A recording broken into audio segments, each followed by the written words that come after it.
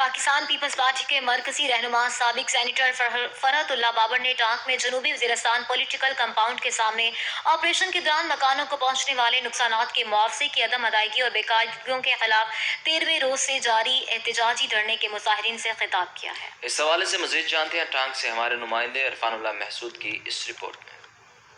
Pakistan Peoples party کے مرکزی رہنما سابق سینیٹر فرحت اللہ بابر نے ٹانک میں جنوبی وزیرستان پولیٹیکل کمپاؤنڈ کے سامنے آپریشن کے دوران مکانوں کو پہنچنے والے نقصانات کے معاوضے کی عدم ادائیگی اور بے قاعدگیوں کے خلاف یوم سود احتجاجی دھرنے سے 13ویں روز سے جاری دھرنے کے مظاہرین سے خطاب کرتے ہوئے ان کا کہنا تھا کہ مسعود قبائل کو ضرب عذب راہ نجات آپریشنوں کے دوران مسعود قبائل کو بے گھر کیا گیا۔ مذاکرہ آپریشنوں کے دوران مسعود قبائل نے عظیم قربانی دی اور ملکی مفاد کی خاطر اپنے گھر بار چھوڑ کر ہجرت کو ترجیح دی۔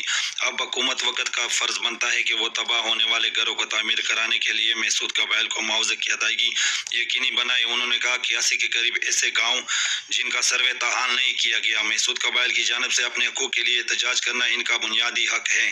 پاکستان پیپلز پارٹی محسود قبائل کے ساتھ ہے اور ان کے شانہ بشانہ کھڑی رہے گی اور کبھی محسود قبائل کو تنہا نہیں چھوڑے گی۔ انہوں نے کہا کہ قبائلی علاقوں میں مکانوں کے ساتھ ساتھ تجارتی مراکز بھی تباہ ہوئے ہیں۔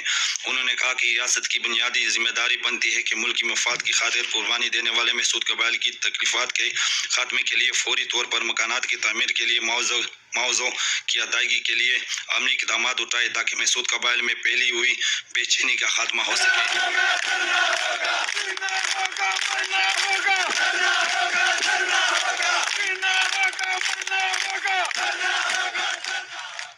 کیمرہ مین شمشیر محسود کے ساتھ عرفان اللہ محسود۔